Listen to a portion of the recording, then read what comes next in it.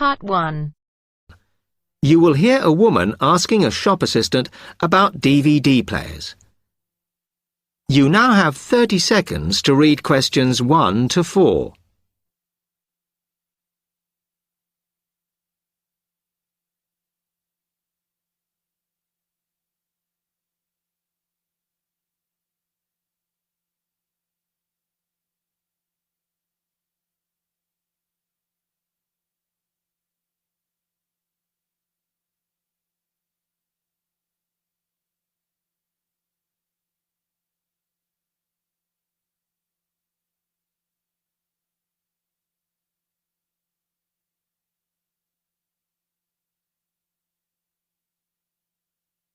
Hello, I'm interested in buying a DVD player. Can you help me, as I don't know very much about them? Of course. We sell quite a range. Actually, we're doing a customer survey at the moment, so I wonder if I could fill in this form about you, and that will actually help me to advise you on the best DVD player for you. Oh, okay. First of all, your occupation. Student. Okay. Then, have you already got a DVD player? No, I've never had one before. Uh-huh. And how much do you think you want to spend on a player? I'm not sure, really, but I have got a budget. My friend said I should allow about £100, but I can't afford over £85, so that's what I'm working on. Mm-hmm. And do you watch DVDs very often? Depends what you mean by often. I don't know what the norm is. Is it about 2 a week? I suppose I watch 3 a month. That's enough for me. Yes. What sort of films do you like watching then? Action movies? Not really. Oh. My boyfriend always insists we watch science fiction movies, but I prefer thrillers. Something to get your teeth into. Okay, just one more. Do you watch other DVDs? Ones that are not films, like music or something? Not much, because I don't want to spend the money on something I can watch on TV, but I occasionally rent out comedy programs, and I fight with my boyfriend over all the sports DVDs he watches. You now have 30 seconds to read questions 5 to 10.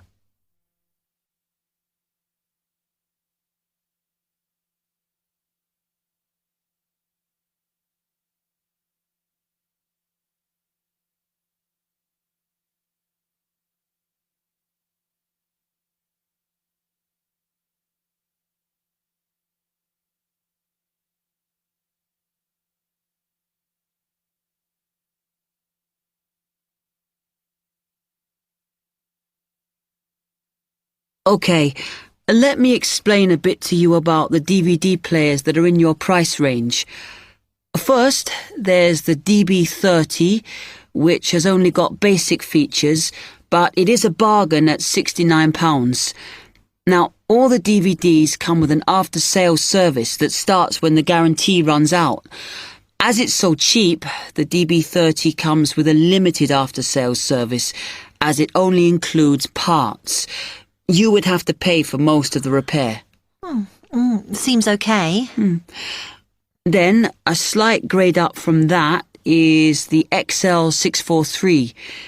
This comes with an additional feature in that it has an extra button allowing you to record. That's quite useful. Oh, yes. That would mean spending less on DVDs to watch. Yes, so you'd make the extra money back on it that it costs. Let me see how much it is. Yes,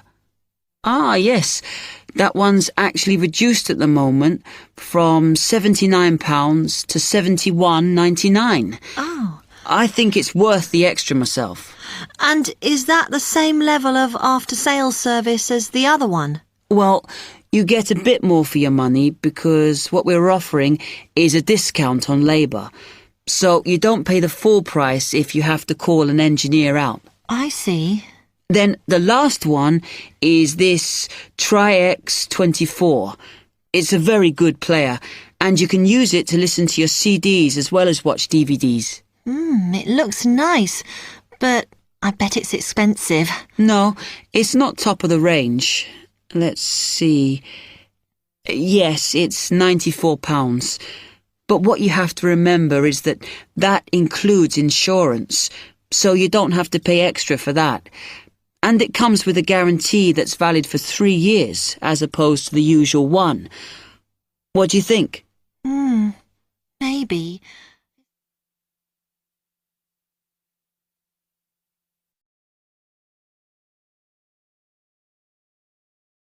That is the end of part 1. You now have half a minute to check your answers.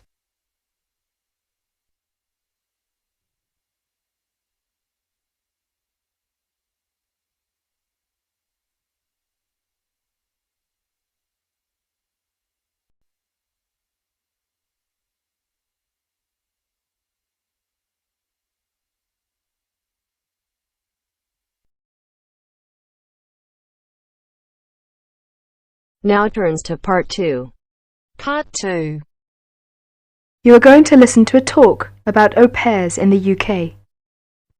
First, you have some time to look at questions 11 to 15.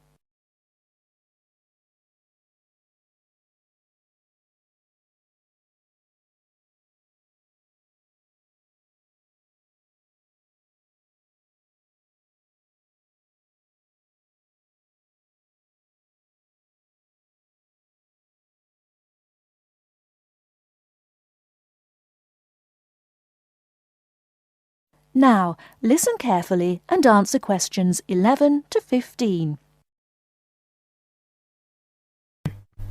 What is an au pair? An au pair is a single girl without any dependents who comes to the UK to learn English and to live as part of an English-speaking family. She is not a domestic servant, but may help in the house for up to 5 hours a day for pocket money. Suitable tasks would be light housework and taking care of children. She should have 1 day each week completely free, and she should be free to attend language classes and religious services if she wishes. Pocket money should be between £15 and £20 per week, and she should have her own room. Before she arrives, she should have as much information as possible about the home she is going to and what she will be expected to do. She will find it helpful to have a letter from her hostess explaining the arrangements to show the immigration officer when she arrives.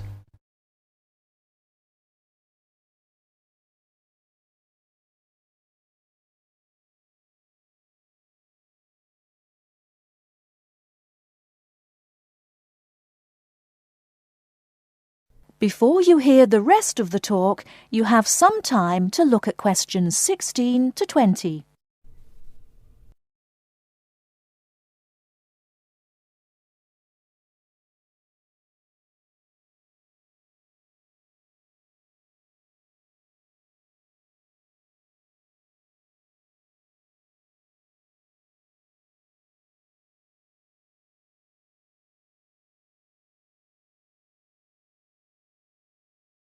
Now listen and answer questions 16 to 20. An au pair must be a single girl aged at least 17 and no older than 27 when she first becomes an au pair. She must be a national of a Western European country, which includes Malta, Cyprus and Turkey. The longest a girl may stay in the UK as an au pair is 2 years. A girl who has been in the UK before as an au pair will be allowed to come to the UK again as an au pair only if the total period is not more than 2 years. An au pair is not allowed to take a job in this country. The light household duties which are part of the au pair arrangement are not regarded as employment. An au pair who is a national of a country which is not in the Commonwealth or European Community EC, and who is admitted for longer than 6 months will normally have to register with the police.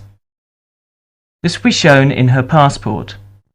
She must take her passport and 2 passport-size photographs to a police station. She will have to pay a fee about £25. If an au pair wishes to stay longer than the time stamped in her passport, she may apply either by post to Luna House, Croydon, or in person at one of the public inquiry offices. If she applies by post, it is a good idea to send any valuable documents by recorded delivery post. She should apply before the time limit on her permitted stay runs out. She must show that the arrangements are still those of an au pair. She may change host families during her time in the UK, providing that the new arrangements are also those of an au pair.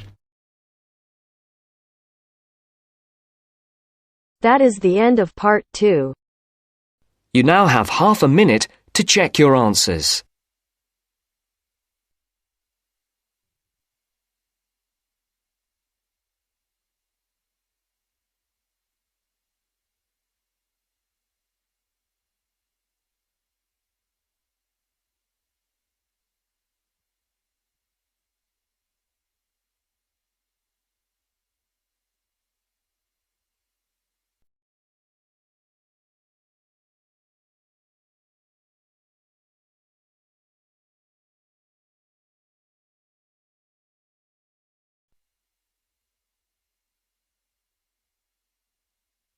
Now turns to part 3.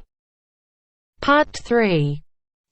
You are going to hear Dr. Joanna Robinson, the course director of a language learning centre, answering questions from reporters from the student newspaper.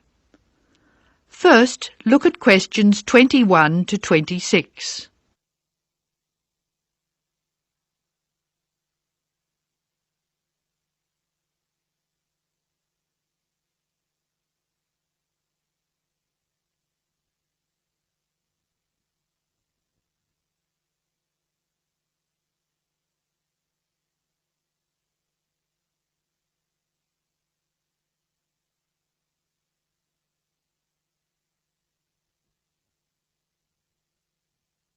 As you listen to the first part of the talk, answer questions 21 to 26.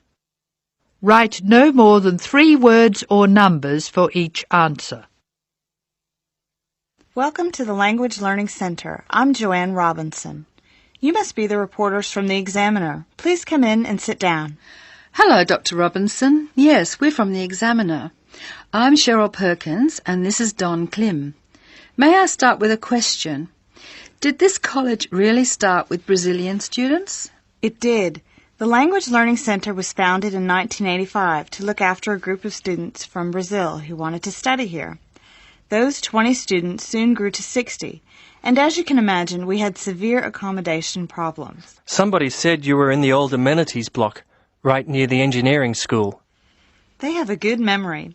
Yes, we were there because the university hadn't believed we would expand so quickly. The problem wasn't solved until we moved into these new premises in Bancroft House in 1987. When did you start taking students from other countries? About 1990. We now have students from 13 different countries enrolled, and we expect a large group from Turkey next month. Yes, we've noticed a lot more advertisements for Turkish restaurants in our advertising section. Well, 40% of our students come from Turkey, by far the largest single national group, and I believe there's been an influx to the rest of the university. There are a lot of Turkish students studying hospitality. Do you offer anything special to the students? Yes, we do. There are several things which make us rather different from other language schools. English is certainly not restricted to English for academic purposes here. Sometimes we have extra classes for students who have particular courses in mind. And we have just said goodbye to a group of 30 Indonesian students who were preparing for a university course in agriculture. They came to us for English for farming, and they were with us for a long time. We miss them. How long do students usually stay at the Language Learning Center? It varies, so I'll talk about the average. Most of our courses last for 5 weeks, but to make any real progress, a student needs to be here for at least 3 terms. That's 15 weeks. The students do better if they have a little time to settle in at the beginning of the course, and we offer an orientation course that lasts a week. Most students take it. It helps them to settle down and it gives us plenty of time to test them and place them at the right level. How many people are in each class? We sometimes go up to 18, but our average class size is 14 students, and some classes have as few as 7 participants. It depends on the needs of the group. You were saying that you miss your students when they go. How do you attract students? I mean, how do they hear about the Language Learning Centre in the first place? We're included in the university advertising and marketing, and we have our own website. The thing which works best for us, though, is word of mouth. Students who leave us often send us their friends. In fact, a student who arrived today was carrying a photograph for me of a former student and his baby. It sounds like a nice place to be. It is. A lot of our students make lasting friendships while they're here. Before you hear the rest of the talk, you have some time to look at questions 27 to 30.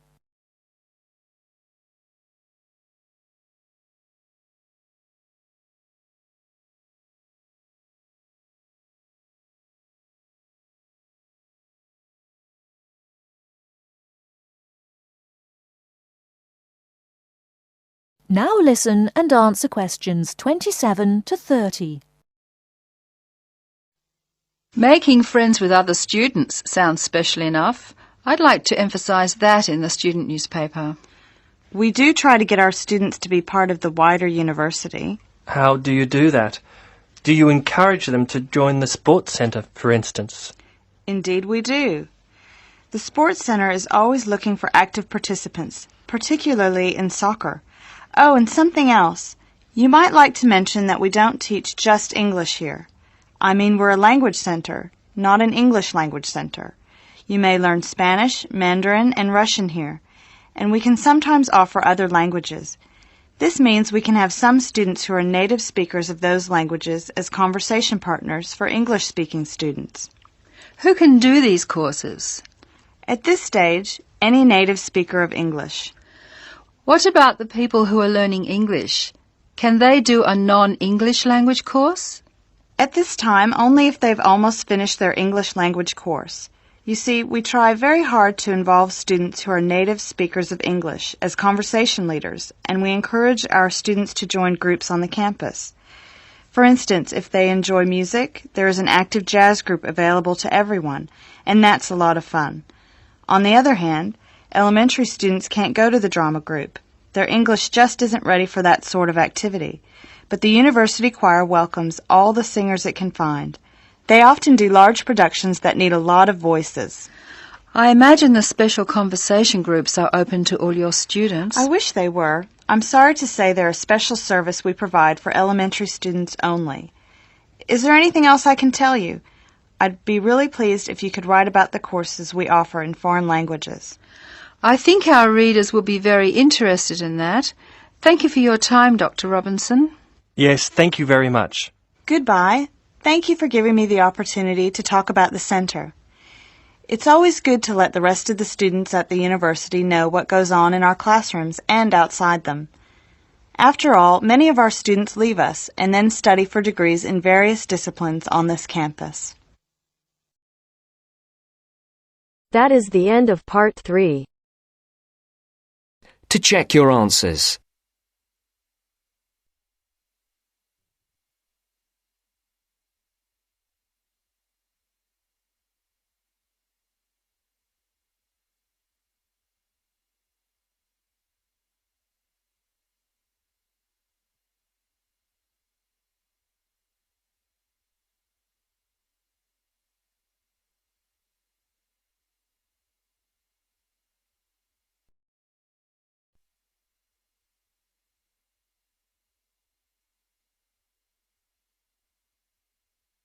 Now turns to part 4. Part 4.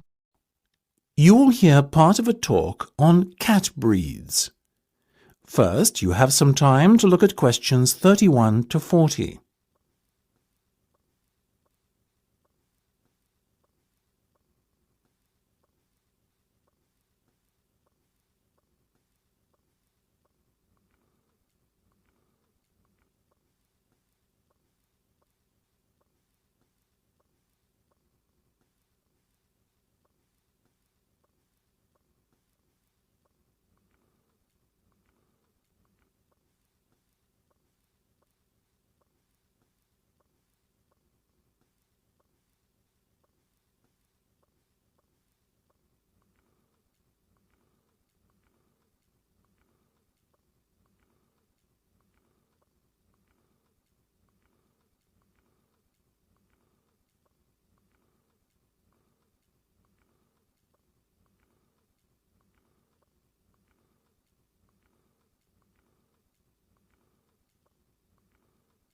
Now listen carefully and answer questions 31 to 40.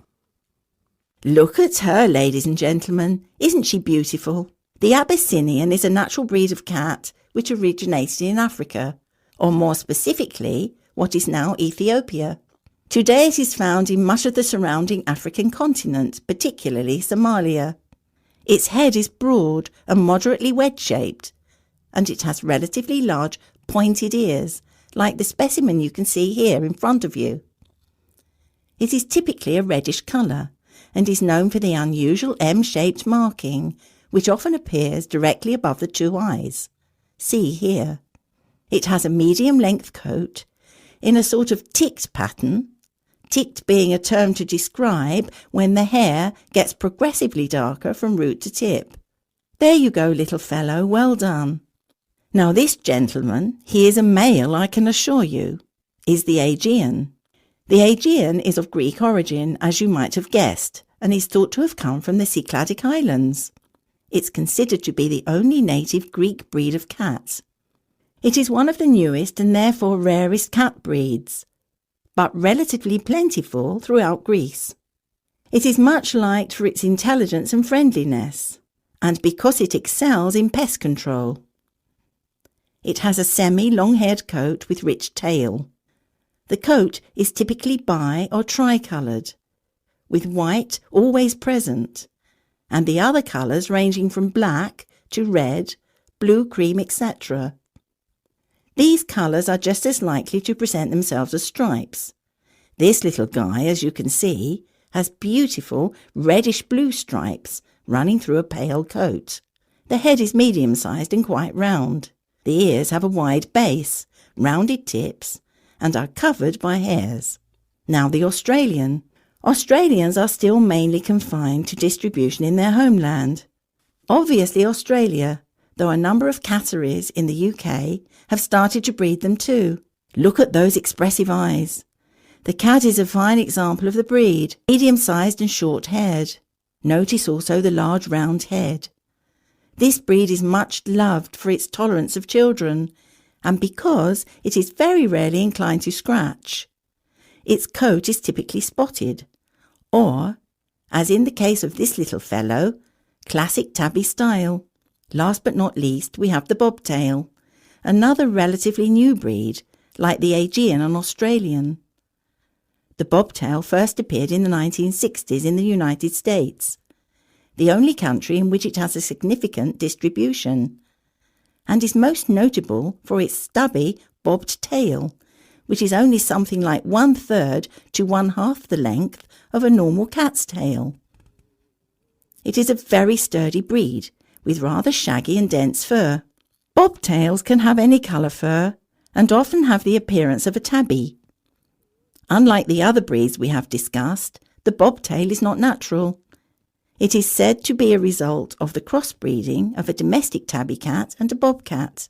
Such is the careful breeding the cat has undergone that it comes in all colours, and there are also both long and short-haired versions. If I had to recommend one of these breeds to you today, I would have to vouch for the Australian. After all, as all of us here are parents, we must surely agree that our children are our first consideration when it comes to purchasing a pet. What effect the animal will have on them, how will it react, etc. These are questions we all ask ourselves, and they are even more important when the child is very young. The Australian is simply unrivalled in the temperament department and is extremely unlikely to lose its composure and take a swipe at your child. That said, it is still a very rare breed in these parts, and as with all things in the world, rare equates to very expensive. So it may be beyond the price range some of you are prepared to pay. Surprisingly perhaps, though the bobtail is part lynx or bobcat, as they say in the States, it doesn't appear to have inherited any of the wildcat's aggressiveness, and therefore it makes an excellent second best as a pet you can allow to be around children. It is also considerably less expensive. The other two breeds we have talked about both make excellent house pets. However, hand on heart, I could not endorse either as a pet to have around young children. In my view, the child's safety is not something to gamble with. So, if you can afford the extra few quid to lay out for a bobtail, or better still, an Australian, do so. You won't regret it.